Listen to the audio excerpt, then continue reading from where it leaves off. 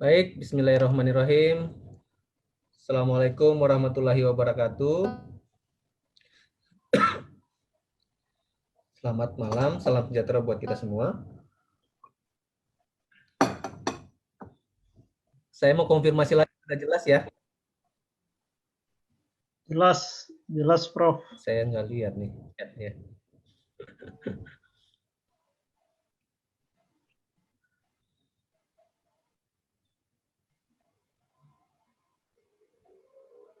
Oke, loud and clear, thank you. Baik, saya Hawis Madupa dari Departemen Ilmu dan Teknologi Kelautan IPB, Fakultas Perikanan dan Ilmu Kelautan, dan saya juga tergabung di dalam Akademi Ilmuwan Muda Indonesia. Em, Pada undangan Klik Peneliti, saya akan berbagi tentang frontier research in marine sciences and fisheries. Saya akan memperkenalkan tentang next generation DNA biomonitoring. Saya akan membicarakan tentang bagaimana mengembangkan research project. Terus yang kedua, apa sebenarnya konsep impact dalam sains, sehingga kita tahu apa sih tujuan kita di dalam berkarya ilmiah.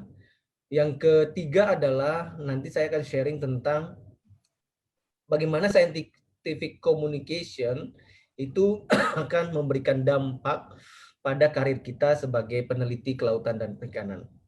Di akhir sesi saya akan memperkenalkan beberapa penelitian-penelitian terbaru saya di dalam Next Generation EDN Biomonitoring, khususnya kasus-kasus yang ada di Indonesia.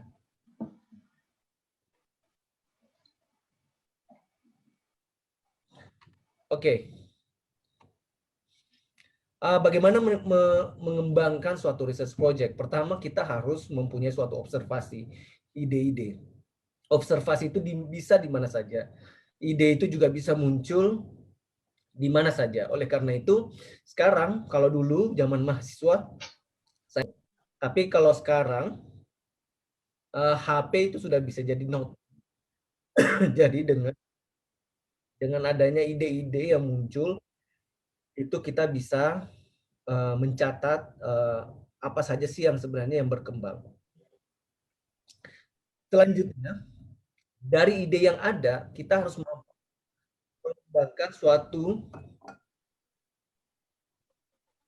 pertanyaan ilmiah. Jadi ada beberapa pertanyaan ilmiah.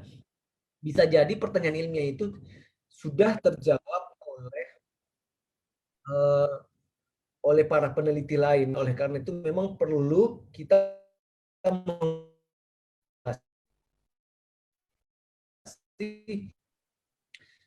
setelah memverifikasi hipotesis. Setelah itu mengukur parameter-parameter. Jadi dari hipotesa yang ada itu kita sudah tahu parameter apa yang kita akan hitung. Setelah itu kita kembali apakah parameter itu berhasil menjawab research question kita. Kalau tidak berarti harus ada di revisi. Nah, inti dari semua ini adalah bagaimana kita membaca penelitian-penelitian terbaru dalam bidang penelitian. Kita mampu mengisi gap di antara para peneliti tersebut.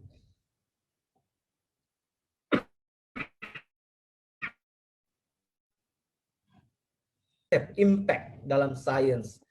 Jadi anggaplah kita sedang membangun rumah. Jadi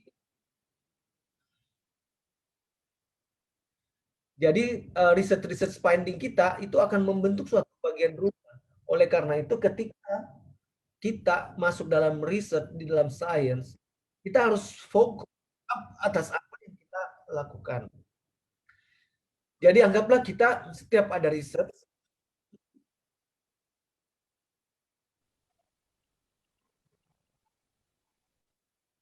itu membangun batu bata dalam satu ilmu pengetahuan. Jadi kita sedang membangun rumah. Begitu seterusnya. Dan tentunya kalau dalam riset meskipun belum sampai ke sana, kita harus untuk menggapai jurnal-jurnal yang memang tinggi. Jadi kita berhayal aja sampai ke sana gitu.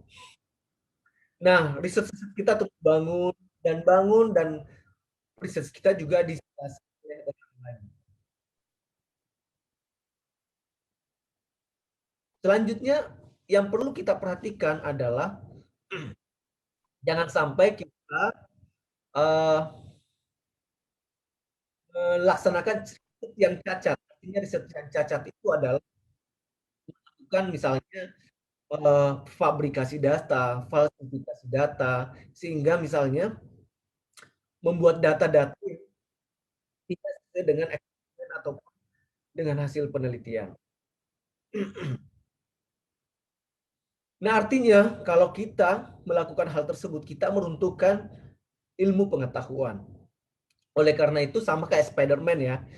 Jadi contributing to the knowledge is full is great, but high responsibility. Jadi kita punya tanggung jawab besar. That knowledge comes with high responsibility. Jadi itu yang harus kita lakukan. Nah, setelah kita mendapatkan riset-riset tersebut, tentunya kita harus mengkomunikasikan. Banyak sekali cara untuk mengkomunikasikan riset, tidak hanya terbatas pada oral presentation, poster presentation, atau scientific writing, tapi sekarang banyak sekali media. Facebook, Twitter, Instagram, itu bisa kita pakai untuk mendesiminasikan, mengkomunikasikan hasil riset kita.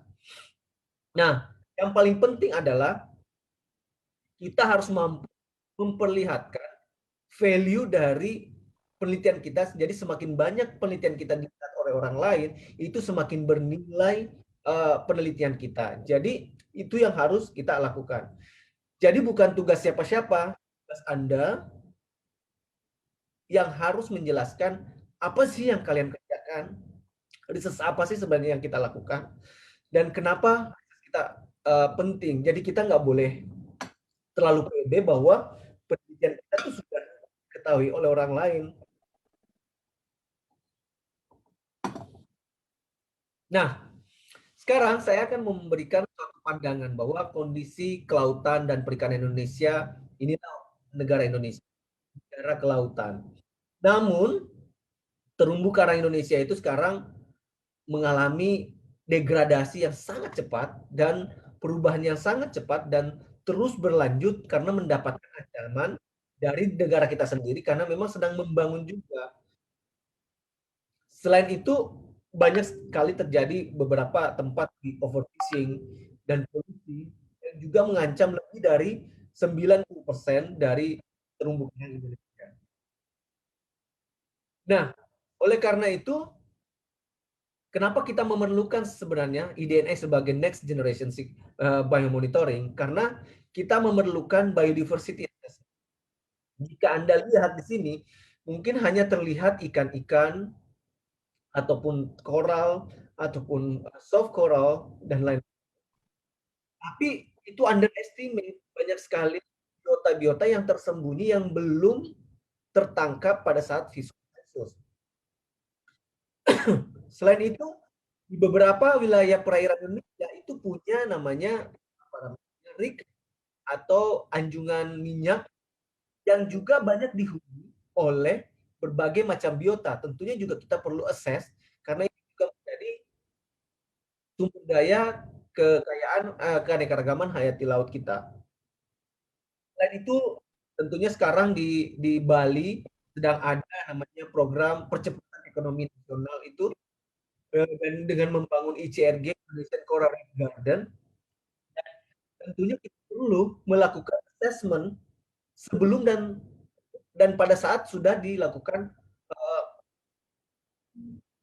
apalah rehabilitasi karena banyak sekali modul yang diletakkan di laut.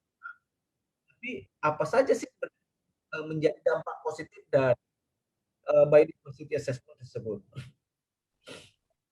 Selain itu, di Indonesia itu sudah ada marine protected area dan kita harus menghitung, mengevaluasi di jaring MPA ini apakah mampu untuk menolong status keanekaragaman hayati. Karena kita perlu ketahui bahwa tiap ikan itu punya mulai dari jauh meter ataupun sampai kilometer. Dan itu perlu kita monitoring dengan baik. Termasuk kita perlu ada tools untuk melihat early detection.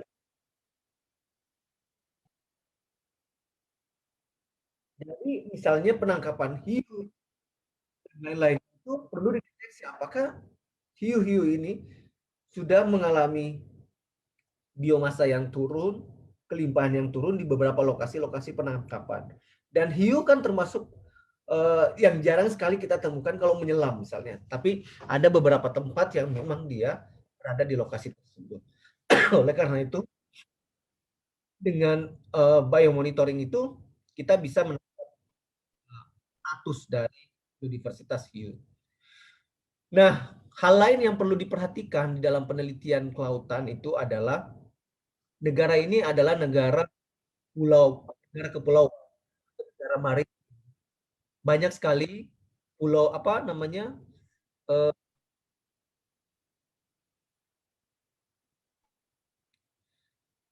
banyak sekali kapal-kapal yang melintas. Kalau kita lihat yang dot-dot putih ini adalah kapal-kapal yang melintas di lokasi perairan Indonesia. Itu sebenarnya yang terjadi kalau banyak kapal-kapal tersebut. Tentunya ekonomi meningkat. Tapi kalau kita lihat di sini, ketika air balasnya itu dikeluarkan, air balas dikeluarkan dan dia juga. Nah, ini ketika ini air balasnya dikeluarkan dan kita perlu ketahui bahwa lebih dari 90% organisme laut itu adalah planktonid di masa-masa awalnya. Dan baru selanjutnya mungkin menjadi sesil dan lain-lainnya. Dan di Teluk Jakarta pun juga demikian yang menjadi sumber shipping activity di wilayah Indonesia. Nah, apa yang tentunya ada potensial introduksi spesies, invasif spesies di lokasi-lokasi perairan Indonesia. Dan ini akan menjadi contoh nanti beberapa kami di wilayah Indonesia. Nah, di DNA metabarcoding atau environmental DNA metabarcoding, DNA lingkungan, ini digunakan untuk mentrace organisme-organisme yang ada di lingkungan perairan. Lingkungan perairan itu bisa berupa air, bisa berupa tanah, bisa berupa yang lain-lainnya. Jadi dia bisa nanti menduga spesies-spesies di sampel lingkungan tersebut. Dan kita bisa mendeteksi sampel target. Misalnya kalau kita mau menspesifikkan hanya satu spesies atau kelompok yang lebih besar, total biodiversity juga itu mampu untuk Nah, environmental dan ini sangat singkat. Nah, kebetulan juga saya sekarang berada di Pontianak sekarang karena kemarin ada memberi pelatihan tentang DNA barcoding dan genetic data analysis. Politeknik Negeri Pontianak itu kita memberikan dan saat kemarin tadi juga saya sudah melakukan sampling ini sangat singkat. Kita hanya mengambil air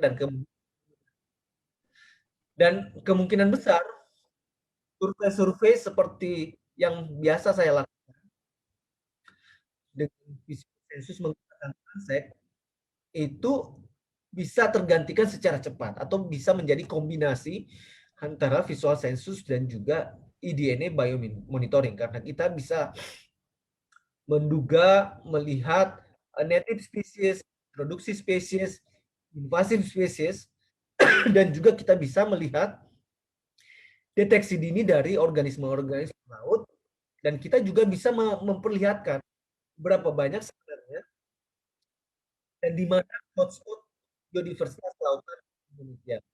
Selain itu, eDNA juga mampu bantu kita menganalisis jejaring makanan. Oke, sekarang saya akan memperlihatkan, menunjukkan contoh-contoh studi yang kami lakukan di IPB. Misalnya di IPB, di Pulauan Seribu, kita melakukan sampling di wilayah Teluk Jakarta sampai ke Kepulauan Seribu.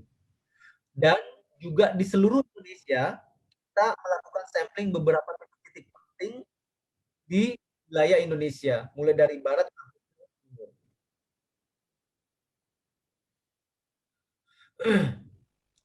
Sampling eDNA itu sebenarnya kita bisa pakai kontainer seperti ini. Kalau kita nggak bisa menyelam, juga kita bisa di permukaan perairan, tinggal mengambil airnya.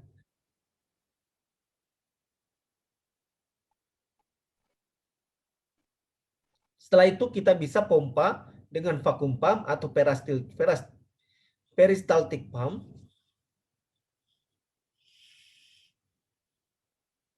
Saya matikan dulu ini.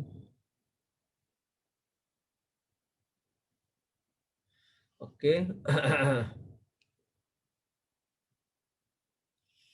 Terus setelah itu kita saring dengan menggunakan kertas filter, itu kita bisa menggunakan cup ini, dan cup inilah yang kita bawa ke lab. Apa yang kita lakukan di lab, kita melakukan masak-masak sebenarnya. Jadi kita ikuti resep, kita melakukan ekstraksi DNA, kita melakukan PCR untuk DNA, dan kita melakukan laporan dari sequencing dengan Illumina, MiSeq, dan kita melakukan analisis sesuai tujuan penelitian kita. Termasuk misalnya invasive species, introduksi species, dan lain-lain.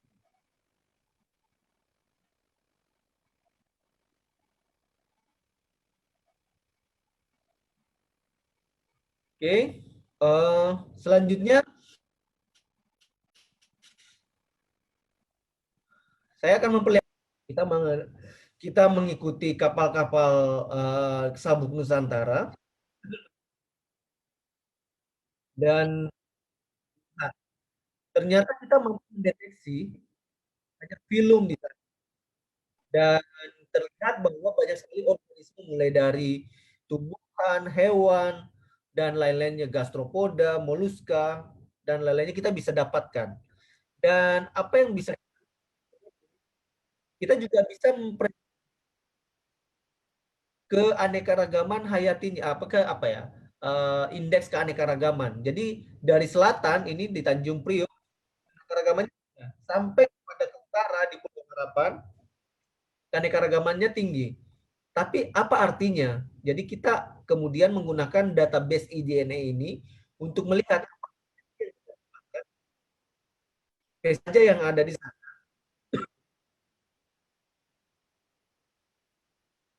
Ternyata sangat menyeramkan karena di Pulau Harapan yang tadinya kita lihat, oh oke, keanekaragaman tinggi. Tapi ternyata kalau kita ulik datanya, ternyata lokal spesies itu hanya sekian persen, jumlahnya hanya sekitar di bawah 500. Sedangkan terdapat introduced species yang bersifat non-invasif. Ada juga non-introduced species yang bersifat invasif. Kemana di Pulau Untung Jawa yang paling dekat dengan Tanjung Priok, ternyata introduce yang bersifat invasif itu sangat tinggi, hampir 6.000 sequence yang kita dapatkan. Dan Tanjung Priok itu nggak masalah, ternyata dia karena tidak ada tempat untuk menempel, akhirnya dia ke daerah terumbukan. Itu invasif spesiesnya ada dari New Zealand, UK, Peru, Portugal, dan lain-lainnya. Jadi banyak sekali kita dapatkan yang bukan berasal dari. Nah, sekarang saya akan bawa rekan-rekan semua ke daerah timur Indonesia, daerah yang sangat ribut, tapi lokasi ini menjadi daerah perlintasan PLN yang berasal dari Jakarta, Surabaya, sehingga di Makassar, dari Bau, Ambon, sampai ke Bandung. Apa yang kita dapatkan? Ternyata banyak sekali spesies-spesies yang ada di sana, dan banyak juga yang belum teridentifikasi. Kita bisa mendeteksi ikan, koral, sponges, dan dengan menggunakan primer yang berbeda, ternyata 18S mampu memberikan kita berbagai biodiversitas yang lebih banyak dengan film yang lebih banyak. Nah, kalau kita lihat yang lebih luas, kita lihat di Indonesia,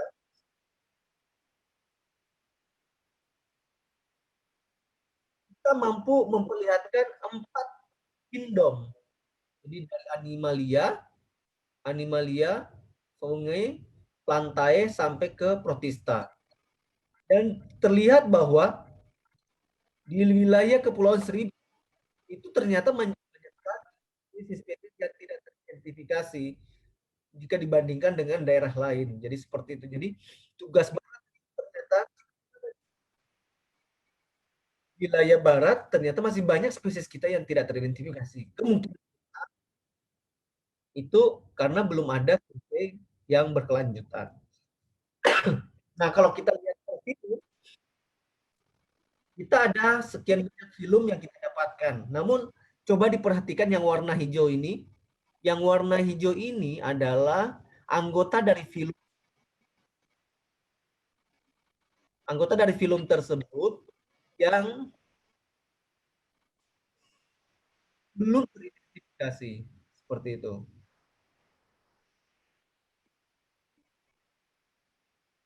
Nah, dengan eDNA sebagai Next Generation Biomonitoring, kita juga mampu mendeteksi spesies yang jarang ditemukan pada visual sensor. Misalnya pari gergaji, Lyncodophilus, Irnalowini, atau juga pari-pari lainnya. Jadi kita bisa melihat komposisi di sepanjang perairan Indonesia dan kita bisa melihat hotspot ada di mana sebenarnya. Kita juga bisa menggunakan Venn diagram untuk membandingkan antara wilayah-wilayah pengelolaan perikanan. Misalnya wilayah pengelolaan perikanan 712 yang berada di Laut Jawa lebih rendah dibandingkan wilayah pengelolaan perikanan di WPP 715 yang berada di wilayah Maluku dan Raja Ampat. Dan terlihat juga dari Chordata, Mollusca, juga Echinoderma. Namun yang perlu menjadi perhatian bahwa untuk Echinodermata itu justru di barat lebih menarik karena lebih banyak spesies yang beragam. Nah, ketika kita membandingkan alpha diversity yang tentunya menunjukkan secara signifikan berdasarkan analisis ANOVA, kita bisa membandingkan bahwa ternyata perairan Indonesia itu sangat unik, mulai dari timur. Kita bisa membedakan antara populasi wilayah barat sampai ke timur dengan berkelompok sendiri. Dan dengan permanokan itu juga berbeda antara lokasi-lokasi. Yang terakhir, saya akan membagi tentang penelitian kami di Lombok untuk melihat jejaring makanan. Jadi kita melakukan melakukan metabarcoding pada 2 ikan yang menjadi target spesies oleh nelayan-nelayan di sana. Terus kita melihat berapa sebenarnya yang ada untuk Epinephelus areolatus dan berapa yang kita dapatkan dari DNA dan berapa yang kita dapatkan dari Epinephelus malabaricus. Tujuannya adalah membandingkan apakah ikan-ikan ini masih tersedia makanannya di lingkungan. Makanya kita harus membandingkan isi perutnya dengan yang ada di lingkungan.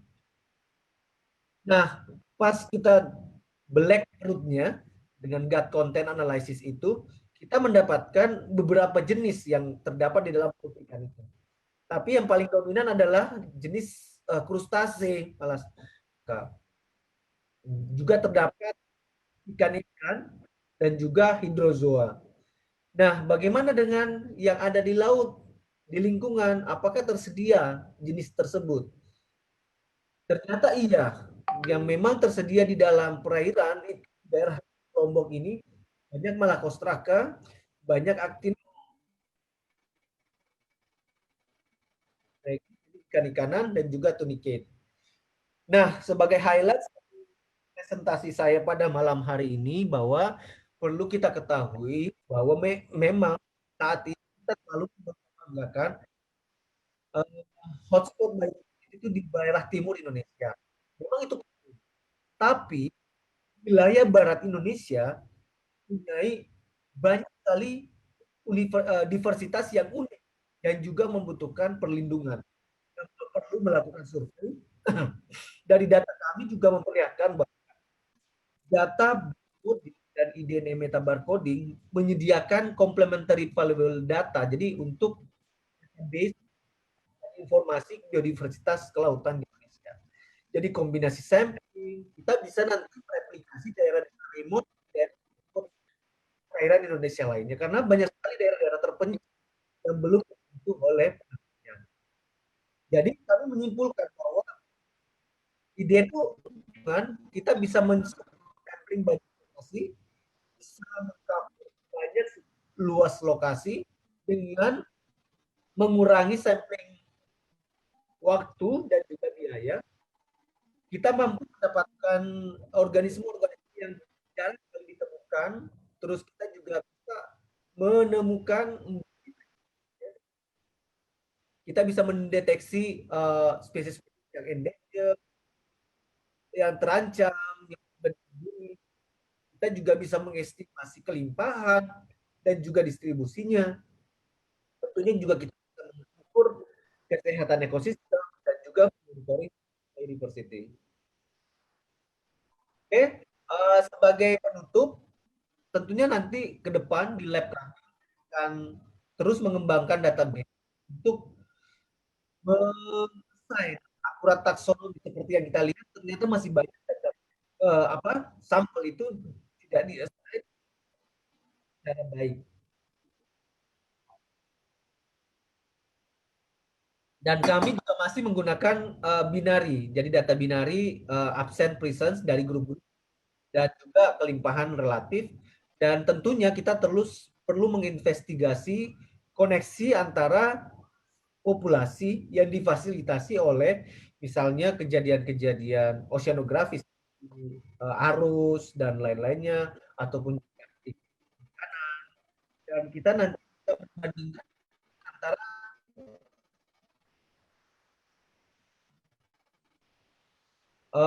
dengan kondisi data ini tentunya akan bisa membantu mendesain marine protected area.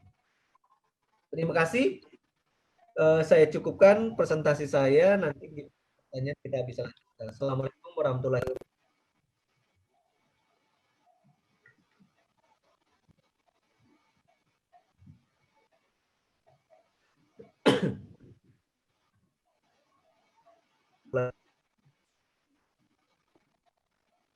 Waalaikumsalam warahmatullahi wabarakatuh. Makasih banyak, Prof. Oke.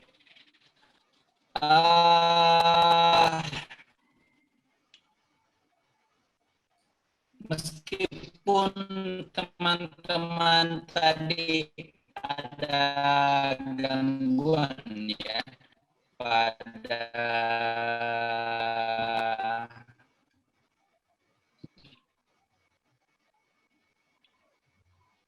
suara dari beliau.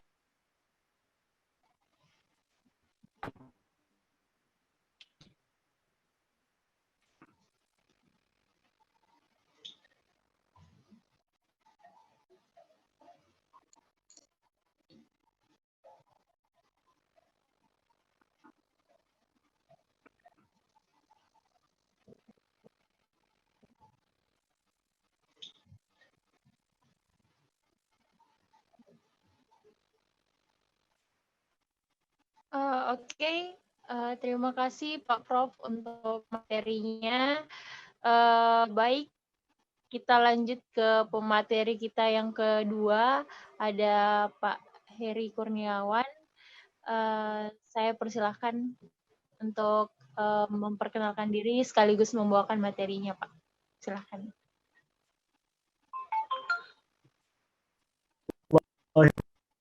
Wabarakatuh. Semoga suaranya jelas.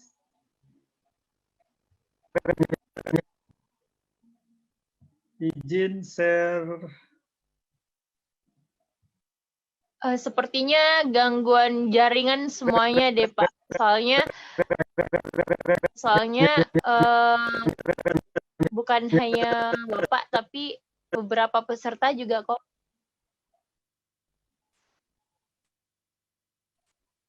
Ini saya lagi coba share materi. Sepertinya lagi loading. Halo.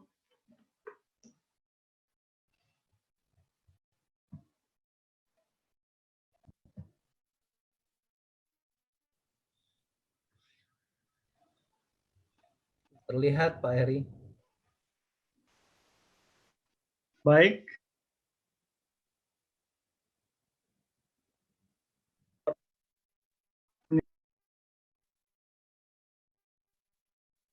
Di karantina ikan, pengendalian mutu dan hasil perikanan BKIPM Kupang, Kementerian Kelautan dan Perikanan.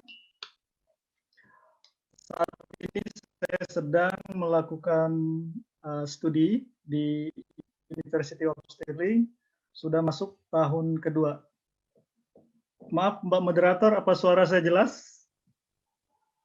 Sekarang jelas Pak. Tadi di awal masih putus-putus. Oke, terima kasih. Sebelumnya mungkin saya ucapkan terima kasih kepada panitia yang sudah memberikan kepercayaan dan kesempatan kepada saya untuk sharing pada webinar yang sangat bagus ini. Ada beberapa rekan-rekan maupun adik-adik yang sempat menanyakan apa sih University of Stirling, khususnya Institute of Aquaculture yang membidangi kelautan dan perikanan. Ada baiknya saya akan sedikit memaparkan background dari University of Stirling. Jadi Institute of Aquaculture merupakan, sedikit promosi dulu, top 5 in the UK dalam agricultural dan Fed Science. Kemudian baru-baru ini juga mendapatkan prize atau academic honor dari the Queen Anniversary Prize. Kemudian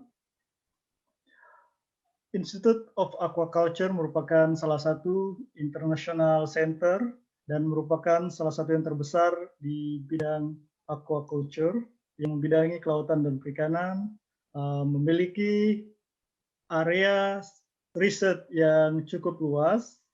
Kemudian untuk fasilitas baik itu lapangan maupun laboratorium di bidang marine and fisheries juga cukup memadai, mempunyai reputasi global dalam hal pengajaran dan juga world class di risetnya.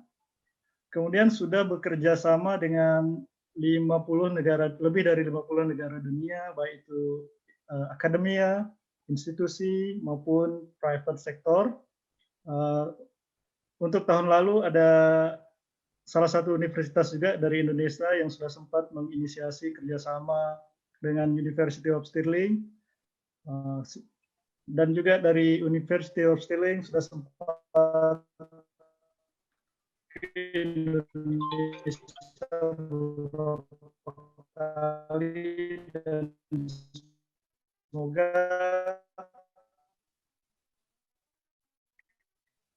untuk tahun depan kerjasama sudah bisa dimulai. Antara lain aquaculture health and welfare, ada nutrition, sustainable aquaculture, ada marine biology dan ecosystem, ada fish health, ada bioinformatics, fish pathology, social and economic impact, ada product system dan genetik. Kemudian untuk saat ini riset saya dalam rangka PhD studi, yang pertama saya sudah melakukan fish sampling dan juga data collection di beberapa tempat di Indonesia, khususnya di Nusa Tenggara Timur. Ada sampel juga dari Mataram, dan juga karena saya di sini tergabung di dalam grup dari kita juga sedang melakukan riset dalam grup besar untuk wilayah Southeast Asia atau Asia Tenggara, khususnya lebih spesifik ke disease outbreak. Jadi sebagai contoh untuk di Filipina kita sudah menemukan sedikit clue penyebab dari terjadinya disease outbreaks di Filipina. Salah satunya adalah sampai 15 virulence ditemukan di salah satu jenis strep yang ada di Filipina. Kemudian untuk dari Indonesia sendiri masih dalam rangka laboratory work dalam research di microbiology dan molecular lab. Adapun salah satu output dari riset saya nanti, sebagai contoh misalnya yang hampir sama dengan Prof. Hawis tadi di DNA sequencing, tapi lebih ke fish disease-nya. Jadi bukan ke biotanya. Itu sementara masih dalam proses kerja. Insya Allah untuk beberapa bulan ke depan sudah bisa kami share hasil dari kegiatan yang sampel yang dari Indonesia. Selanjutnya ini mungkin secara general kenapa dibutuhkan riset. Tadi sudah disampaikan dengan sangat komplit oleh Prof. Jadi yang pertama tentu saja negara kita mempunyai potensi ya marine fisheries yang cukup besar, bahkan salah satu yang terbesar di dunia. Dan seafood saat ini menjadi komoditi perdagangan yang sangat bernilai. Kemudian riset juga diperlukan untuk menghadapi banyaknya tantangan. Salah satunya adalah menurut data malah yang dikeluarkan di sini yang saya tahu 90% dari global fish mengalami fully exploited. Kemudian tujuan riset selanjutnya sebenarnya masih banyak, cuman ini yang bisa saya sedikit rangkum, memberikan metode terbaik yang insya Allah yang rencana riset saya ke depan adalah salah satunya adalah metode yang paling tepat, yang cepat dan juga yang efisien. Kemudian ada mitigation approach, kemudian yang secara umum membangun strategi untuk pembangunan kelautan dan perikanan yang berkelanjutan.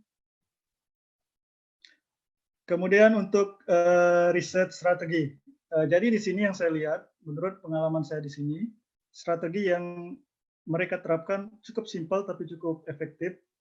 Sebagai contoh, menyatukan beberapa researcher dari seluruh dunia, termasuk dari Indonesia, dengan berbagai disiplin ilmu dalam rangka menghadapi tantangan yang bersifat global. Kemudian memberikan pelayanan dan support di bidang teknologi. Kemudian melakukan kolaborasi riset seperti yang saya sampaikan tadi. Di sini banyak kolaborasi dengan akademia di negara-negara lain dan juga dengan private sector. Jadi betul-betul output dari riset itu ditunggu-tunggu sama private sector. Dan insya Allah tahun depan semoga dari Politeknik Pontianak, Kelautan dan Perikanan Pontianak, sama Mbak Winarti, insya Allah bisa kolaborasi. Ditunggu ya. Semoga Mbak Winarti ada di sini. Kemudian untuk riset tentu saja tidak jauh dari funding, dari pendanaan. Ada beberapa pendanaan yang bisa dimanfaatkan oleh researcher dari Indonesia khususnya. Salah satunya adalah dari universitas. Sebagai contoh, bulan lalu ada juga dibutuhkan di sini untuk big data science. Semoga ada dari Indonesia ada yang sudah mendaftar, semoga bisa kerjasama di sini. Kemudian ada juga beberapa funder lainnya yang mungkin bisa kita manfaatkan.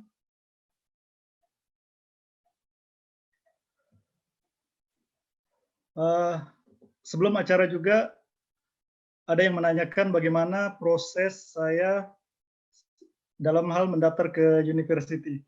Jadi perlu saya sampaikan juga sekilas bagaimana saya daftar di universitas, dan juga hampir sama sebenarnya dengan waktu saya mendaftar untuk mendapatkan scholarship. Jadi yang pertama yang cukup krusial menurut saya pribadi adalah research proposal. Tadi juga Prof sudah sedikit menyampaikan bagaimana research proposal mempunyai impact dan juga mempunyai outcome yang bisa bermanfaat kepada masyarakat umum. Jadi di sini perlu juga kita berdiskusi, berkomunikasi baik itu dengan kolega, dengan expert ataupun dengan akademia, dengan berbagai unsur, sehingga kita bisa mempunyai bobot riset proposal yang baik. Kemudian yang saya butuhkan pada saat itu adalah surat keterangan ataupun rekomendasi. Tentu saja ini bisa dari, sekali lagi bisa dari akademia, dari expert, dari private sector, dan lain-lain. Kemudian khusus untuk yang mendaftar untuk PhD di sini, kita membutuhkan supervisor. Tentu saja sebelum berkomunikasi dengan supervisor, kita harus mempersiapkan dulu riset proposal kita tadi. Kemudian untuk topik riset yang sedang berjalan di sini,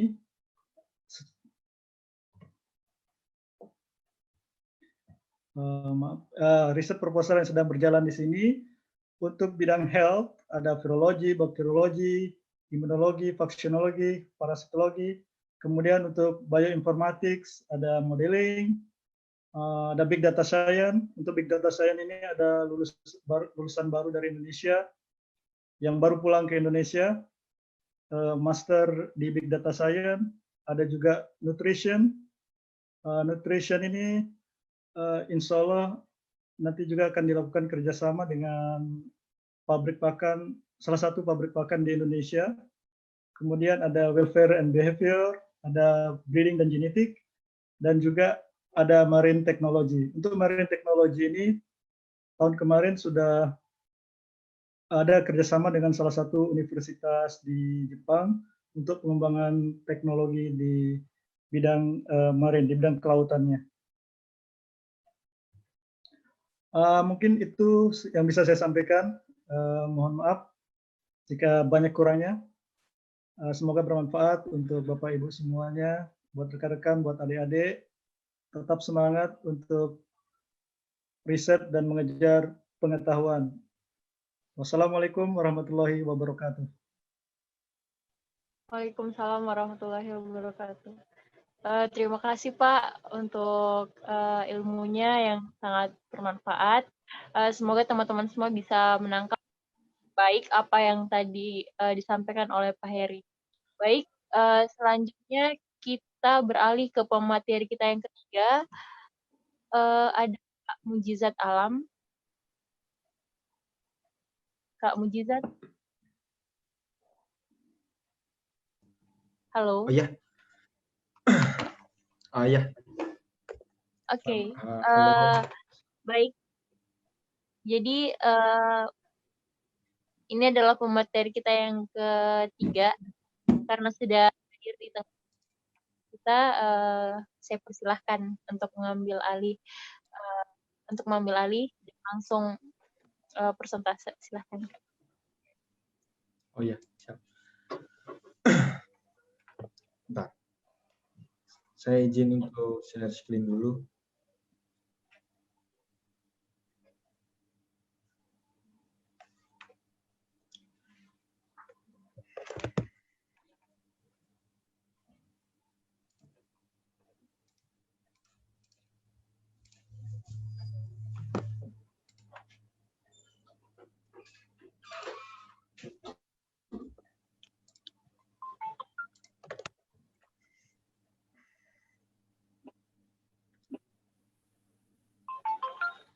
Ya, Assalamualaikum warahmatullahi wabarakatuh. Apakah suara saya kedengar? Waalaikumsalam warahmatullahi wabarakatuh. Terdengar Kak, jelas. Ya. Pertama, saya mengucapkan terima kasih kepada klikpeneliti.id yang telah mengundang saya untuk bisa menjadi salah satu pembicara yang kita bisa saling berdiskusi mengenai penelitian di bidang kelautan. Perkenalkan, saya adalah Mujizat Alam, saya founder dari National Oceanographic.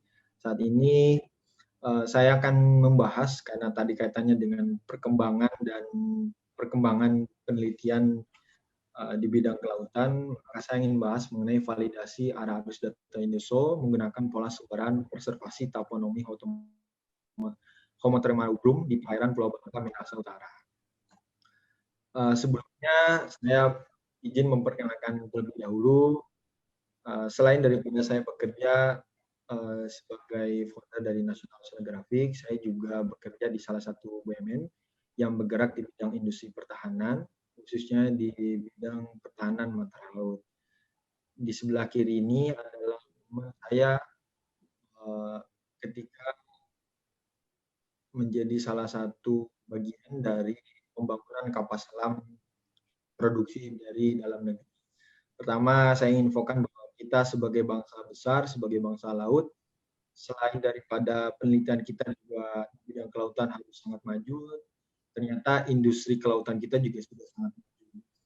Khususnya BUMN kita sudah sangat kuat, di mana kita sebagai negara dengan 70% wilayah kita dikelilingi oleh laut, dengan banyak selat yang ada di antara kita, dengan 3 arus lintas laut Indonesia, maka dengan kemandirian daripada industri pertahanan kita itu menjadi salah satu hal yang paling penting, dan kita sudah mampu untuk bisa membangun kapal selam sendiri.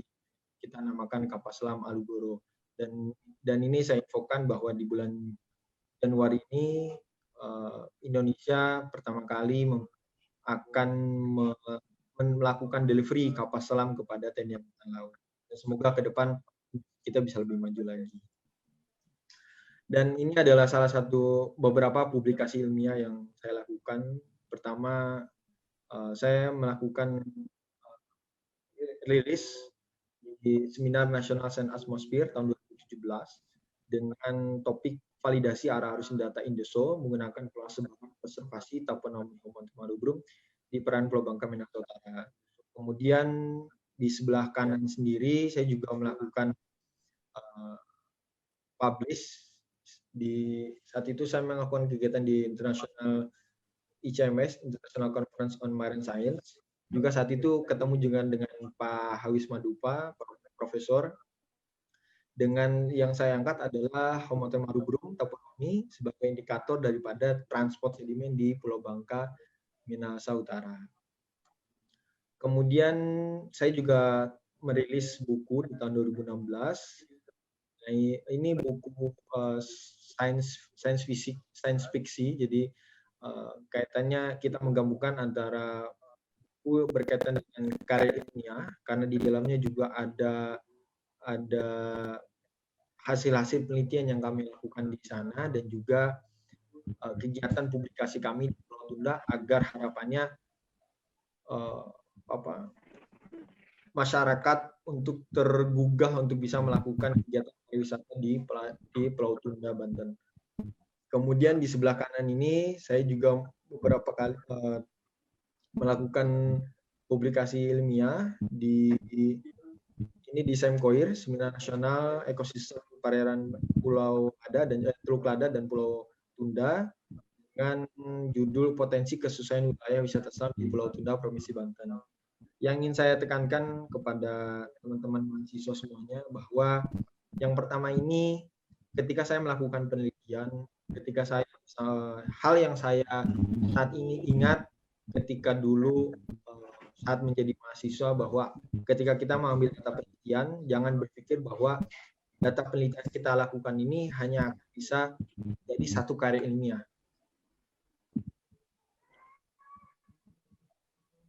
Seperti ini yang tadi saya tampilkan, sebelah kiri dan sebelah kanan ini adalah salah satu dari data penelitian yang saya ambil dalam satu kali pengambilan, tetapi saya buat menjadi 2 fokus penelitian publikasi. Dan yang ini bekerja sama dengan pusat penelitian dan pengembangan geologi laut. Yang sebelah kiri dan sebelah kanan ini adalah salah satu produk daripada kami melakukan data lapangan Pulau Tunda, kemudian kami buat menjadi 2 produk sebagai jurnal dan juga buku. Sedikit saya jelaskan karena saya sebagai mewakili dari National Oceanography, kami melakukan beberapa kegiatan juga, webinar berkaitan dengan isu-isu yang sedang happening di kelautan, dan mungkin ke depan kita bisa berkolaborasi dan mahasiswa juga bisa berdiskusi mengenai isu-isu yang sedang happening di bidang kelautan seperti itu. Dan ini yang ingin saya angkat karena berkaitan dengan pengembangan dari metode penelitian di bidang kelautan, maka yang saya angkat adalah hasil publikasi saya di dalam Seminar Nasional Sains Atmosfer di LAPAN. Karena saya berpikir bahwa kaitannya dengan pengembangan dan penelitian kelautan, bagaimana validasi menjadi salah satu hal yang paling penting.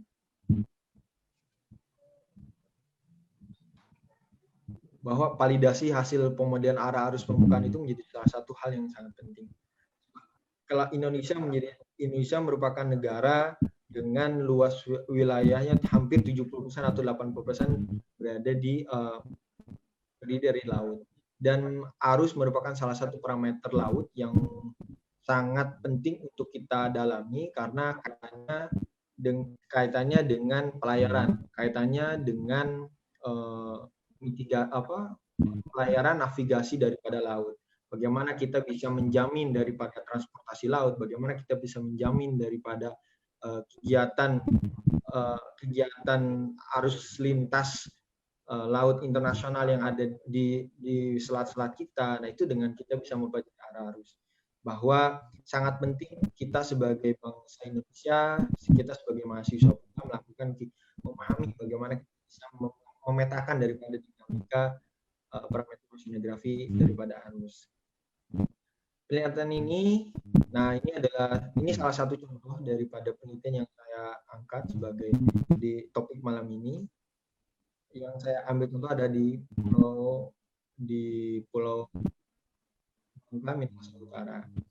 Metode yang saya gunakan adalah metode survei dilakukan oleh P3GL dengan kunci identifikasi saya adalah sedimen taponomi yang digunakan metode Pilaris DKK tahun 2014. Kemudian saya mengambil kurang lebih sekitar 12 titik pengambilan data agar data ini sebagai data heran untuk bisa saya bandingkan dengan data arus. Dari satu titik stasiun sampel yang saya ambil, saya kurang lebih sekitar mengambil 300 individu daripada Homotherma rubrum di tiap titik sampel. Dari 300 itu dikalikan dengan 12 titik poin, kurang lebih sekitar saya mengambil 3.500 individu, cuplikan individu dari Homotherma rubrum, agar saya bisa membandingkan dengan data arus. Kemudian ini data yang saya ambil saat itu menggunakan data sedimen dan juga data arus. Nah, data arus ini saya hanya punya data lapangan, yaitu adalah data sedimen, sampel sedimen yang saya ambil sebagai Homotherma rubrum. Kemudian saya ngambil data arus, data sekunder dari Infrastructure Development and Space Oceanography Indonesia. Kenapa tadi mungkin ada pertanyaan, kenapa arus menjadi salah satu hal yang penting? Memang pengukuran arus itu kan bisa dilakukan secara langsung maupun dengan melakukan pengindalan jarak jauh. Dengan teknologi sekarang yang sangat maju, maka penginderaan menjadi salah satu alternatif jika kita tidak mengambil secara langsung. Karena itu proses validasi juga menjadi salah satu hal yang penting. Oleh karena itu, pada kesempatan malam ini saya ingin menjelaskan salah satu dari bagaimana kita bisa memvalidasi data pengindaran jauh. Ini saya ambil contoh dari Indoso dengan menggunakan data sampel sedimen. Tetapi kita harus memahami bahwa proses transport sedimen. Kenapa saya menggabungkan antara proses sedimen dengan data arus? Karena pergerakan daripada transport sedimen itu sebagian besar dipengaruhi oleh Oleh karena itu koheren untuk bisa kita bandingkan daripada pergerakan data arus dengan pergerakan transport sedimen.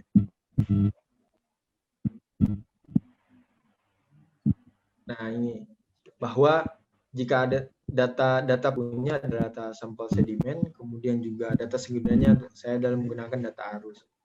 Nah, data primer ini saya lakukan penjentikan. Jadi penjentikan itu artinya saya mencuplik per individu dengan menggunakan metode Pilargic 2014.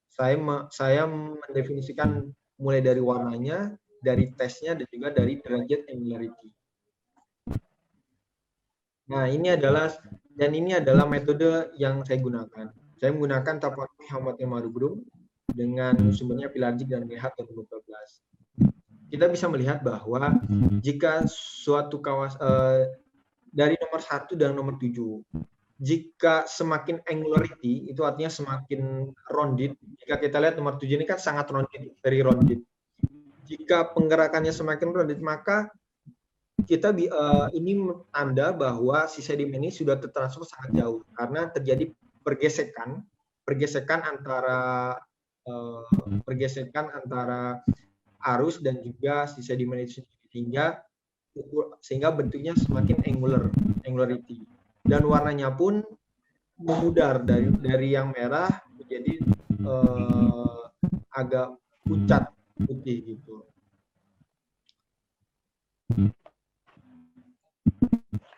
Nah, ini bahwa saya membagi menjadi kurang lebih sekitar 5 tingkat preservasi daripada taponomi. Pertama, saya ambil dari warna tesnya. Maka jika warna tesnya seperti ini, teman-teman bisa lihat nomor 1, nomor 2 ini kan masih merah ya. Maka jika merah ini, itu merupakan preservasinya itu sangat baik. Artinya, maka dia masih dekat dengan wilayah dari terumbu karang. Jadi, si Homotherium marubrum ini juga dari sumber karangnya itu sendiri. Nah, ini dari si Homotherium marubrum. Kemudian, semakin light pink to white, semakin high alter, semakin rounded, maka dia tandanya sudah semakin jauh daripada sumber dari si Homotherium marubrum sendiri, dari suatu kumpulan daripada barang. Dari struktur kamarnya ada yang itu adalah kita bisa melihat jika nomor 1 ini kita bisa melihat dari kamar-kamarnya itu masih terlihat. Namun jika nomor 7 kita sudah tidak bisa melihat dari kamar-kamarnya. Intake dulunya itu sudah kamar-kamarnya itu sudah kita tidak bisa melihat. Maka saya ngambil, nah ini adalah hasil daripada saya melakukan pemodelan dengan menggunakan data arus dengan cakupan. Nah, kita lihat karena data arus Indonesia ini memiliki memiliki cakupan yang sangat luas, 1/12 derajat 1/12. Jadi dia memiliki skala 1/12 sehingga cakupannya sangat besar. Sehingga untuk wilayah penelitian untuk di perairan Pulau Bangka kita tidak bisa mengambil data pergerakan arus secara rinci karena skala daripada data arus ini adalah 1/12, kurang lebih sekitar 8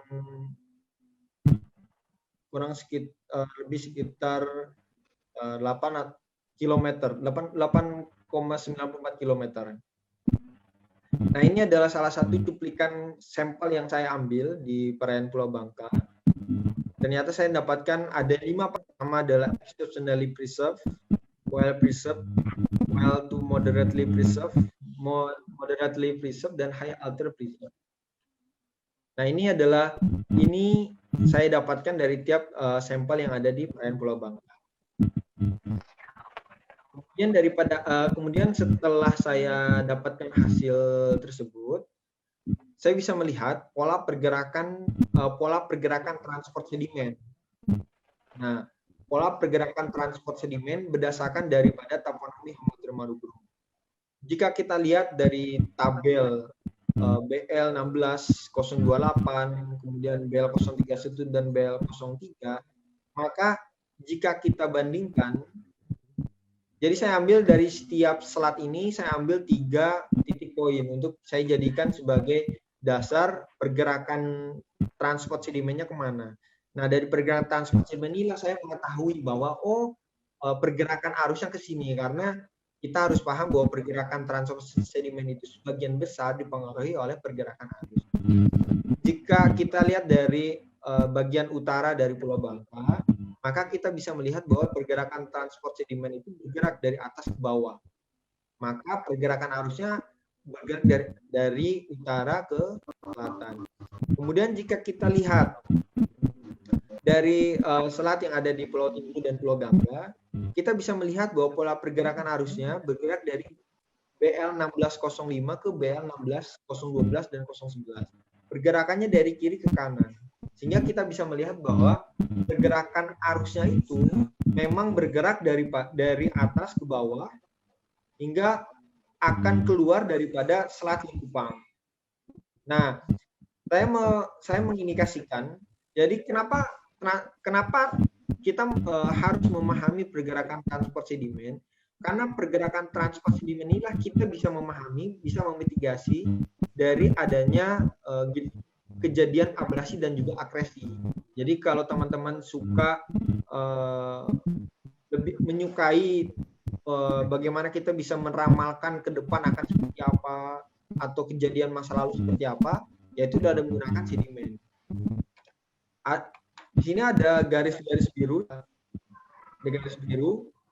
di Minahasa Utara. Ini adalah indikasi terjadinya akresi atau pertambahan daripada sedimen. Jadi semakin tertumpuk di wilayah yang biru. Namun jika yang merah ini artinya indikasinya adalah abrasi. Artinya akan bergeser. Ada kemungkinan adanya pergeseran sedimen dari kawasan tersebut bergeser ke arah kanan. Seperti itu. Nah, jika kita bandingkan dengan pola pergerakan arus, maka pergerakannya ini dari atas ke bawah, dari utara Pulau Bangka, kemudian ke arah selatan, kemudian keluar dari Selat Likupang. Jika kita bandingkan dengan hasil pemodelan yang saya gunakan dengan menggunakan data Indeso, pergerakan secara umum, pergerakan arus itu bergerak dari sebelah kiri ke sebelah kanan. Memang sehingga kami menyimpulkan bahwa walaupun resolusi data Indonesia ini terlalu kecil untuk diaplikasi di daerah penelitian, karena data Indonesia ini cakupannya resolusinya itu begitu kecil untuk wilayah yang sangat memiliki cakupan yang sangat lebih kecil lagi, maka hanya bisa kita ambil kesimpulan secara umum bahwa pergerakan arusnya dari arah kiri ke kanan. Tetapi dengan kita bisa memahami pergerakan transport sedimen, maka kita bisa mendapatkan arah pergerakan arus secara rinci. Seperti itu. Nah, tadi saya singgung mengenai terumbu karang. Jika ini adalah salah satu pemetaan yang peta sebaran terumbu karang di perairan Pulau Bangka, saya menggunakan data USGS tahun 2016. Kita bisa melihat warna-warna yang hijau ini saya munculkan.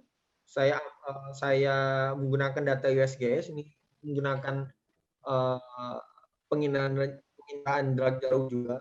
Karena memang di wilayah Pulau Bangka, di Minahasa ini memang sebaran dari terumbu karang ini juga berada di cukup melimpah. Dan ini juga sesuai dengan data parameter data cuplikan yang saya ambil. Ternyata memang di daerah paling utara BL028, kemudian BL05, kemudian BL22, ini juga arahnya itu mengikuti daripada pergerakan transport sedimen. Begitu. Jadi itu saja presentasi saya pada malam hari ini, bahwa saya berpesan mari kita sama-sama memajukan Indonesia di bidang kelautan industri kita sudah sangat maju, maka penelitian pun kita juga sudah harus lebih maju lagi. Pesan saya untuk adik-adik mahasiswa bahwa ketika adik-adik mahasiswa melakukan penelitian ke lapangan, mengambil data pengamatan di lapangan, jangan berpikir bahwa ketika mengambil data lapangan, maka itu hanya akan menjadi satu produk judul penelitian atau satu produk judul jurnal. Tetapi dalam sekali kita mengambil data penelitian, maka mungkin saja dari situ kita bisa menjadi 1 atau 2 atau 3 dari produk judul penelitian, dan pada akhirnya semakin kita bisa menggali daripada data penelitian kita, maka kita semakin bisa mengetahui, oh ke depan harus seperti ini, oh ke depan harus seperti ini. Ujung-ujungnya penelitian itu adalah bagaimana kita bisa memaksimalkan daripada sumber daya kelautan dan perikanan kita, agar ke depan kelautan kita juga bisa menyumbang daripada perekonomian Indonesia menjadi lebih baik lagi. Itu saja mungkin presentasi saya pada hari ini. Saya ucapkan terima kasih. Mungkin jika ada pertanyaan, mungkin bisa kita berbagi di sesi tanya jawab. Mungkin itu aja, Mbak Nur. Terima kasih.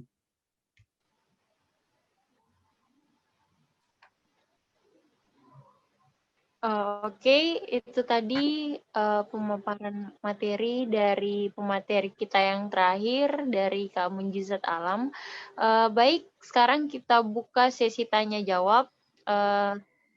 Kita udah pilih beberapa pertanyaan dari kolom chat. Yang pertama dari Satrio Deriski dari Politeknik PGRI Banten. Untuk Pak Prof. Hawis, pertanyaannya, penentuan kondisi ekosistem terumbu karang yang telah dilakukan di Kepulauan Seribu, apakah memberikan gambaran yang utuh, khususnya pengaruh aktivitas manusia terhadap ekosistem? Ada 2 pertanyaan, Pak. Apakah mau dijawab dulu atau kita tampung pertanyaannya?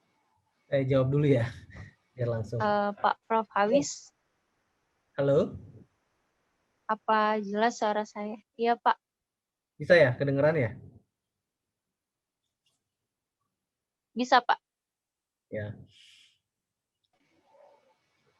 Boleh sih, yang kedua juga boleh. Silakan. Oke. Yang kedua dari Trinila Usma, Universitas Syekh Kuala Aceh Selatan. Pertanyaannya, bagaimana cara peneliti dapat terus berperan meningkatkan riset inovasi yang dibutuhkan dunia usaha atau dunia industri dan masyarakat, sehingga mendukung percepatan hilirisasi di Indonesia, dan apa yang telah Badan Riset KKP lakukan sehingga meningkatkan produk inovasi untuk mengembangkan kelautan dan perikanan. Terus, ada 2 pertanyaan, Pak, dari Trinila Usman. Yang kedua, bagaimana pemerintah perlu lebih mendorong riset sektor kelautan dan perikanan secara terpadu di Laut Natuna, Kepulauan Riau, dan sebutkan kendala dalam pemanfaatan potensi maritimnya. Itu, Pak.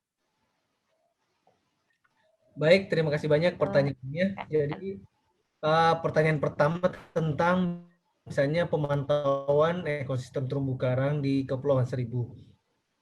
Jadi, pada awalnya kondisi perairan ke Kepulauan Seribu itu disurvei berdasarkan visual census. Jadi saya termasuk yang sejak tahun 1999 melakukan pemantauan ekosistem terumbu karang di Kepulauan Seribu.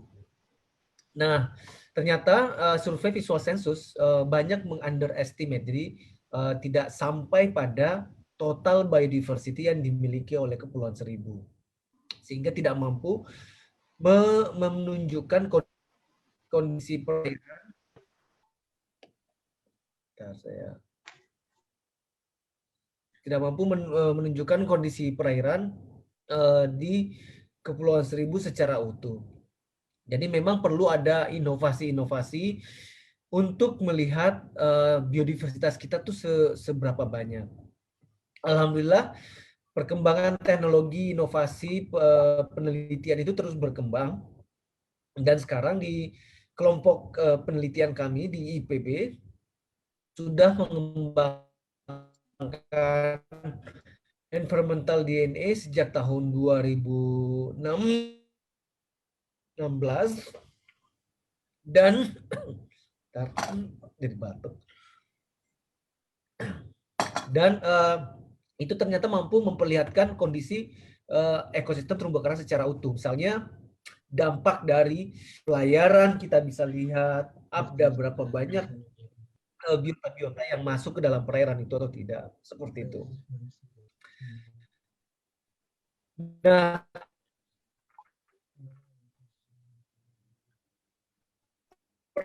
pertanyaan kedua, rajungan Indonesia, saya memahami kondisi ini. Jadi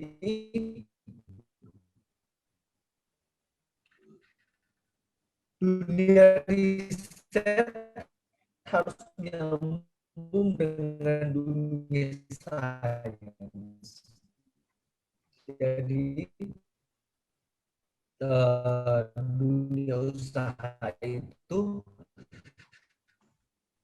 berbasis ilmiah seperti itu. Jadi memang itu perlu dilakukan. Nah, bagaimana mendorong riset? Saya selalu perlu kolaborasi karena tidak semua satu institusi punya kemampuan untuk memfasilitasi semuanya. Jadi perlu ada kolaborasi. Kolaborasi ini akan mampu mengatasi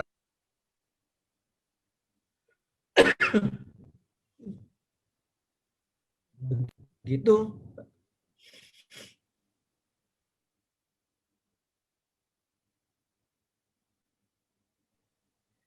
Silakan Mbak Moderator. Oke, baik.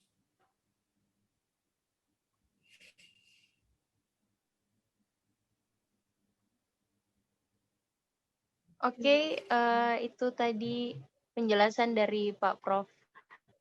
Hawis. Semoga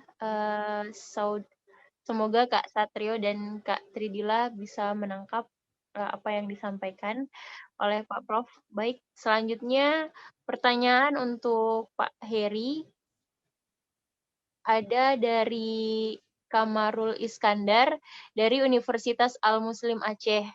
Pertanyaannya, upaya apa saja yang dilakukan para peneliti untuk meningkatkan riset inovasi yang dibutuhkan dunia usaha dan masyarakat sehingga percepatan hilirisasi Indonesia?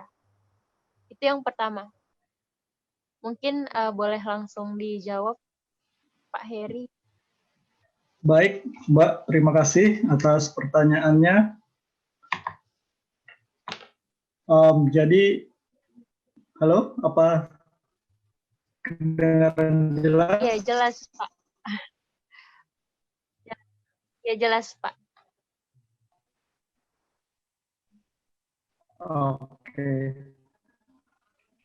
Baik, terima kasih atas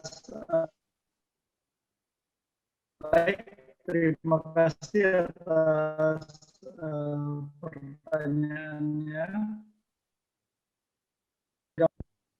Perlu adanya, Maaf, Pak. Suaranya putus-putus sekarang. sebatas riset sendiri. Jadi antara riset dan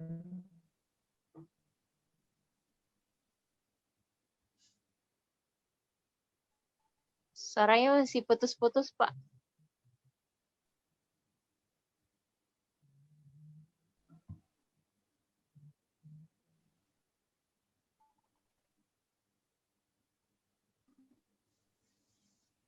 Sinyalnya kendala ya.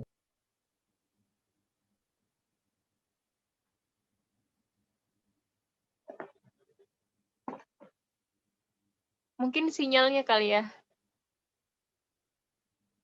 Halo, tes.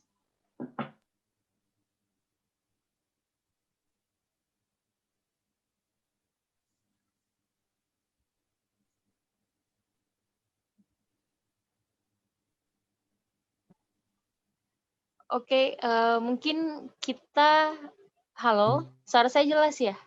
Halo, Pak, suara saya jelas atau putus-putus juga?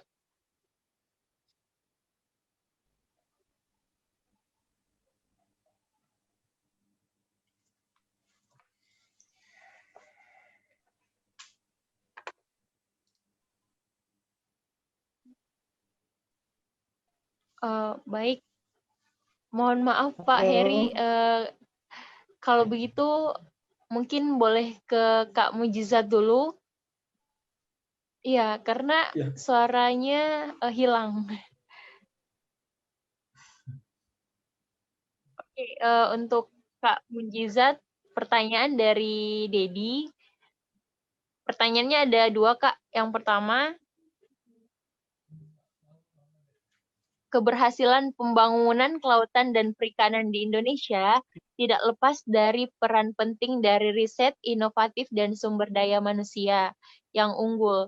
Saya pernah mendengar aplikasi di Bali Radar Ground Receiving Station atau BARATA untuk memantau aksi pencurian ikan dan juga dapat mendeteksi tumpahan minyak di perairan pencemaran lingkungan di laut.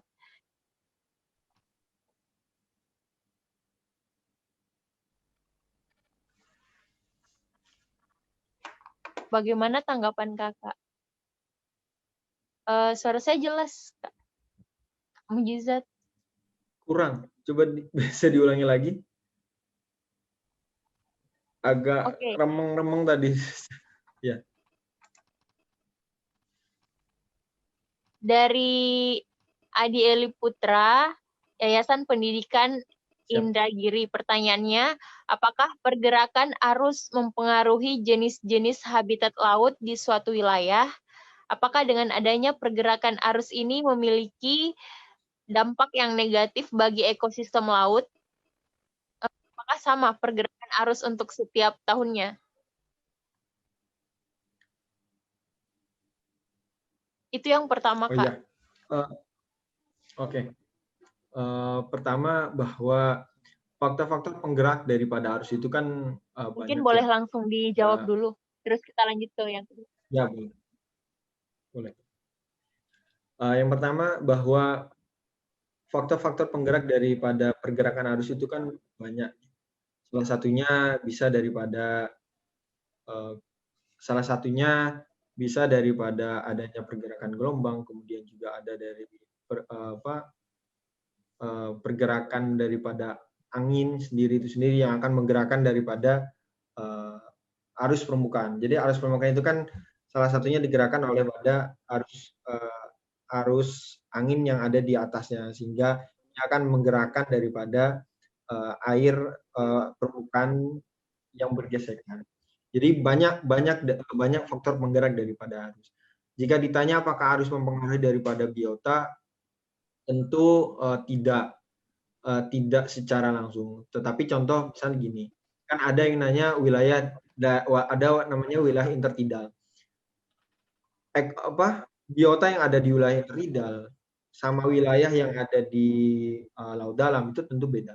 Jadi tapi wilayah intertidal kan ada wilayah yang masih ada wilayah yang berdekatan dengan wilayah pantai, dan itu masih dipengaruhi oleh pada gelombang ke arah laut dari zona intertidal.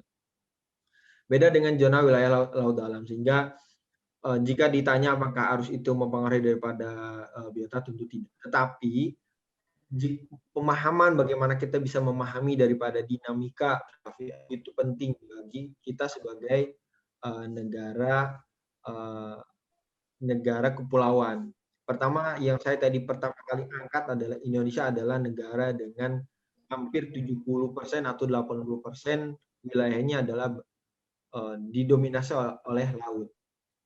Dengan kita negara kepulauan yang ada ALKI, arus lintas kepulauan Indonesia, di mana itu adalah arus lintas kepulauan internasional. Kita membuka daripada kapal-kapal asing untuk lewat ke kita. Bahkan jika kita akumulasikan transaksi daripada arus lintas kepulauan Indonesia itu hampir mencapai 1.000 triliun transaksi perdagangan antar benua dari baik itu dari Asia kemudian ke Australia ataupun sebaliknya, transaksinya begitu besar. Pemahaman bagaimana kita semua dinamika oceanografi arus itu menjadi sangat penting karena arus menjadi salah satu faktor daripada keselamatan pelayaran. Arus menjadi salah satu faktor dari keselamatan navigasi pelayaran di Indonesia. Saya bekerja di PT PAL sebagai salah satu di BUMN Industri Pertahanan. Kami membangun kapal selam, maka salah satu ilmu dasar adalah pasang surut, kemudian arus, kemudian gelombang. Itu menjadi salah satu faktor oceanografi yang menjadi dasar bagi kita anak lautan untuk bisa berkecimpung di industri perkapalan, khususnya ya saya sendiri di industri perkapalan. Jadi untuk adik-adik semua, pemahaman bagaimana kita bisa memahami arus, bagaimana kita bisa memahami gelombang, kemudian pasang surut, itu tidak hanya diaplikasikan untuk penelitian, tetapi juga di dunia industri, khususnya di bidang kelautan, untuk perkapalan, kemudian industri pertahanan, matra laut, itu menjadi salah satu hal dasar pemahaman kita. Gitu. Itu aja sih jawabannya, Mbak Nur.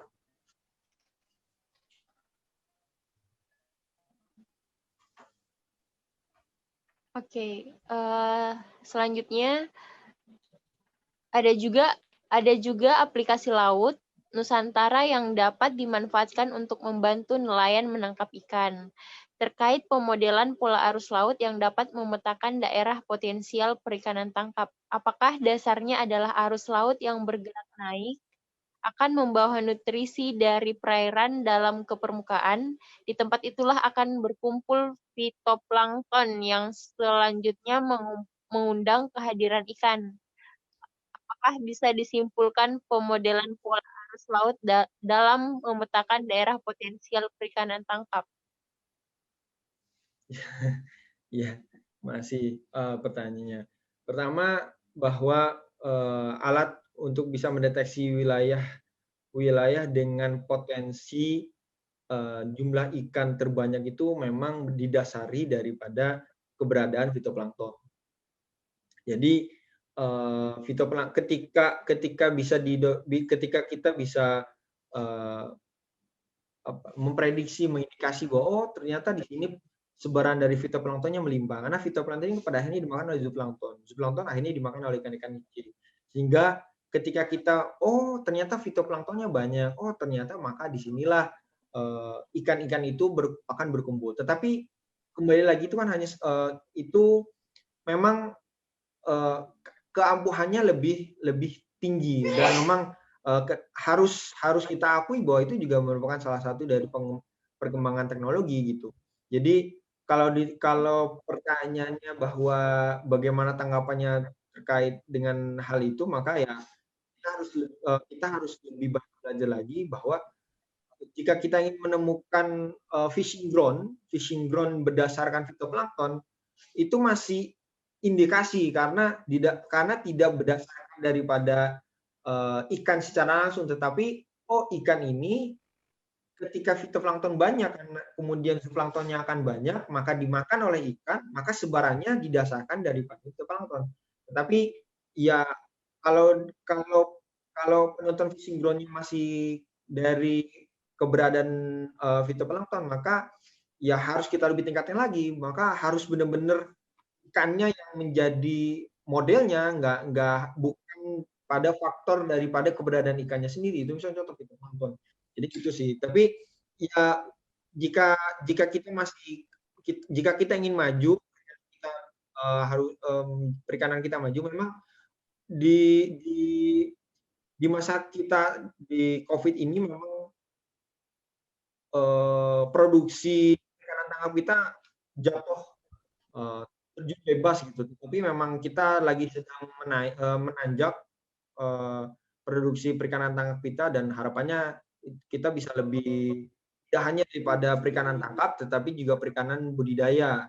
Jadi bagaimana kita bisa mengedepankan aquaculture juga, aquaculture juga kita bisa meningkatkan, perikanan tangkap juga kita bisa maju.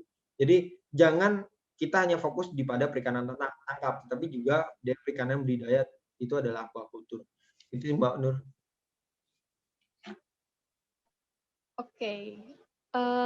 Pertanyaan terakhir, Kak. Untuk Kak Mujizat. Siap. Dari Universitas Negeri Malang. Berdasarkan dari riset dan penelitian yang Kakak lakukan, dapat dilihat persebaran ikan serta ekosistem apa yang hidup dalam suatu perairan. Menurut Kak Alam, bisa nggak sih sebenarnya setiap perairan di Indonesia memaksimalkan hasil laut sesuai apa yang hidup di sana? Namun, mengapa para nelayan masih sulit untuk memaksimalkan hasil lautnya? Apakah pengaruh arus yang selalu berubah sehingga tidak bisa difokuskan hanya beberapa jenis ikan atau hasil laut saja di setiap daerah? Oke. Pertama, bahwa riset dan penelitian yang saya lakukan ini kan bukan pada persebaran ikan, tetapi fokus penelitian yang tadi saya angkat adalah validasi data arus Indonesia dengan menggunakan sedimen, dengan menggunakan data sedimen atau taponomi dari Homothema rubrum. Jadi, dan tadi saya bilang bahwa persebaran sejauh ini yang saya pahami, mungkin nanti Prof. Madupa mungkin bisa menambahkan. Sejauh ini yang saya pahami bahwa pemodelan untuk persebaran ikan itu masih bukan daripada si ikannya sendiri, tetapi daripada faktor yang menyebabkan ikan itu banyak. Itu adalah misalkan contoh fitoplankton. Mungkin ke depannya pemodelannya harus langsung ikannya, jangan ke fitoplanktonnya. Tapi itu juga sudah masih sangat maju. Kemudian mengapa peran nelayan masih sulit memaksimalkan hasil lautnya kaya itu? Pertama, nelayan kita ini untuk jenis kapalnya juga masih sangat-sangat kurang. Berapa mil yang bisa ditempuh oleh nelayan kita? Contoh nelayan Cirebon. Nelayan yang ada di Cirebon, berapa mil yang mereka bisa tempuh dari perairan Cirebon? Jika kita bisa maksimalkan daripada infrastruktur nelayan itu sendiri, adalah kapalnya, kemudian kita bisa bantu mereka untuk bisa menentukan fishing ground-nya secara langsung, mungkin hasil tangkapnya akan lebih melimpah.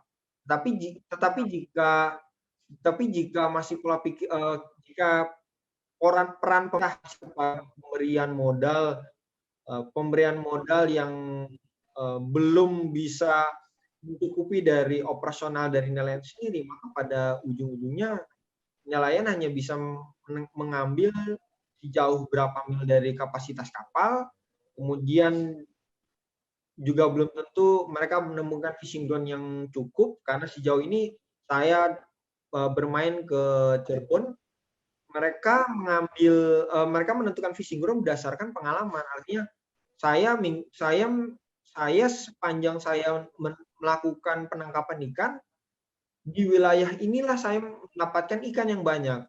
Jadi tidak berdasarkan fishing ground atau berdasarkan peralatan yang memadai gitu, tapi lebih kepada pengalaman. Bagaimana kita bisa mensinergikan, pemerintah memberikan infrastruktur kapal yang memadai untuk nelayan-nelayan kita bisa lebih jauh lagi melakukan penangkapan ikan, kemudian peralatan penangkapan ikannya juga kita modernisasi, dan juga kita kaitkan dengan peralatan untuk menentukan fishing ground secara lebih presisi dan lebih akurat. Gitu, Mbak. Ya, terima kasih.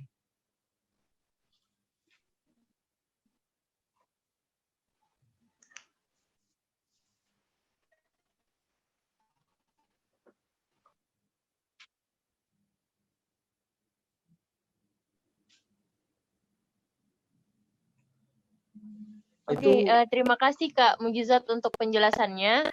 Saya rasa sudah sangat jelas. Kita kembali ke Pak Heri.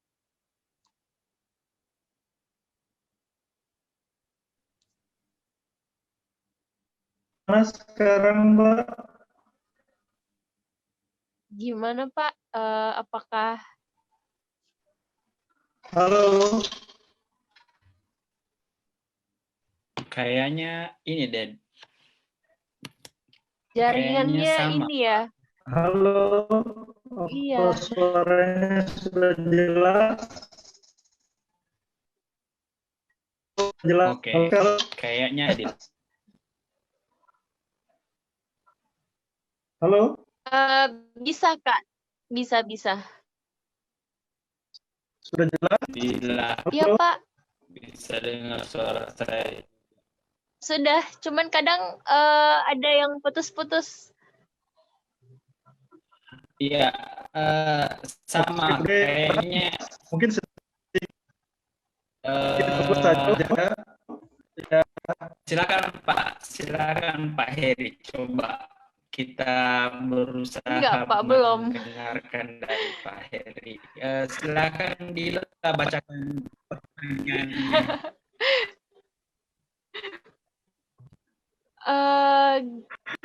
Mungkin iya.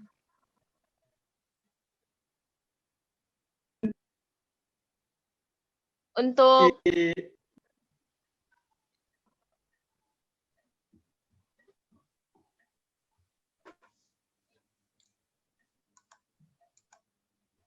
halo, suara halo. saya Dila masih bisa dengar terdengar? suara saya,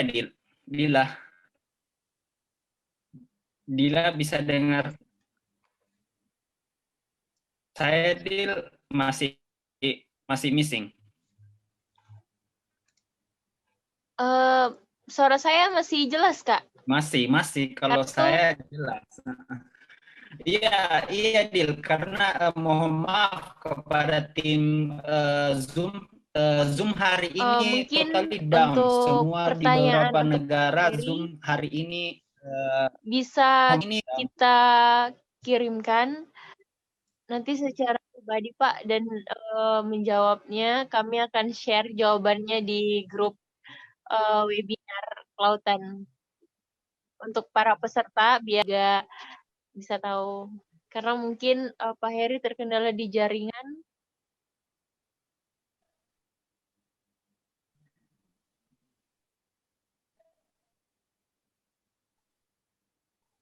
Oke. Iya, mungkin. Oke, kita beralih ke yang selanjutnya. Jadi yang selanjutnya itu adalah gimana cara mendapatkan giveaway. Jadi untuk webinar kali ini kita akan membagikan beberapa giveaway t-shirt klikpeneliti.id untuk para peserta yang beruntung. Caranya mudah. Pertama, silahkan komen kesan dan pesan kalian setelah mengikuti webinar kelautan dan perikanan ini di flyer webinar kelautan dan perikanan.id. Yang kedua, silahkan mention minimal 5 teman kalian yang sedang kuliah di bidang kuliah atau kerja di bidang kelautan dan perikanan. Kami tunggu komennya, kami tunggu mentionannya. Silahkan, kami akan memberi waktu sampai 3 hari ke depan. Dan stay tetap kami karena kami akan mengumumkan juga di grup tersebut. Baik, saya mewakili tim klikpeneliti.id mengucapkan banyak terima kasih kepada Pak Prawis Madupa, kepada Pak Heri Kurniawan, dan Kak Mujizat Alam atas ilmu yang diberikan pada malam hari ini, serta waktu yang diluangkan untuk kita semua. Saya pribadi dan teman-teman memohon maaf jika banyak sekali teknis-teknis yang kurang mendukung. terutama di jaring. Hampir semua mengalaminya, termasuk Arestu yang di Jerman.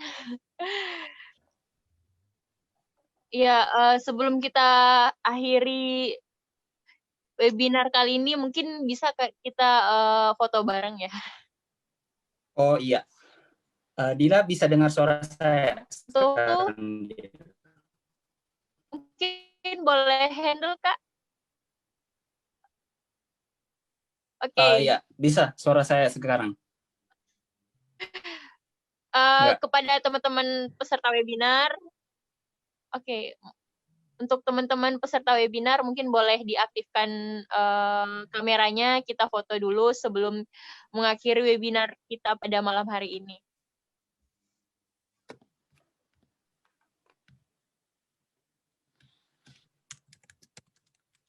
Oke, yang lain?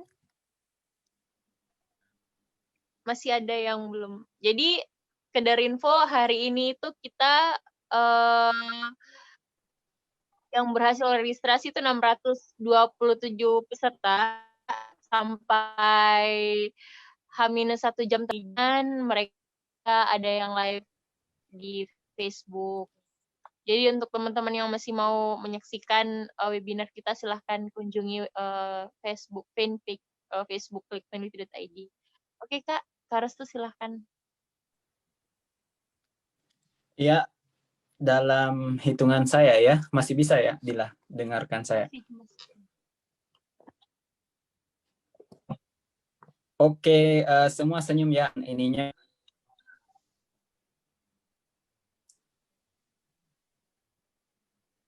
Dila aja, Dila yang hitung, oke. 1, 2, 3. Oke, lanjut. 1, 2, 3. Ada berapa slide, Kak? ada 10. Restu. 10 slide. Oke, berarti masih ada 8 slide. Oke, 1, 2, 3.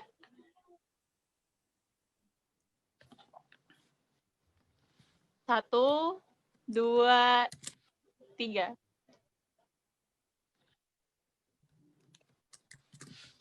Lagi 1, 2, 3. Oke, masih ada 5. Semangat. 1, 2, 3. 1, 2, 3.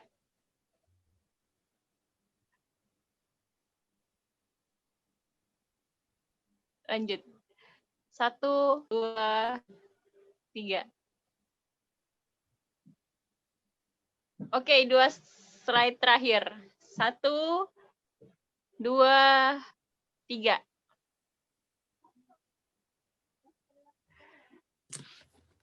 Sekali lagi. 1, 2, 3. Oke, cukup ya Kak Restu? Cukup. Oke, cukup. Oke.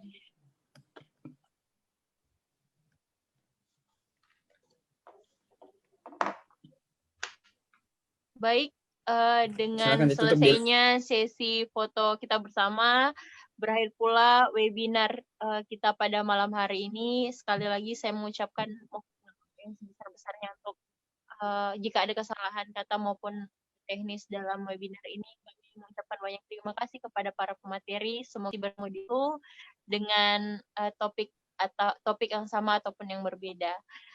Terima kasih Pak Prof. Hawis, Pak Heri, dan Kak Mujizat, serta teman-teman semua. Semoga sehat selalu.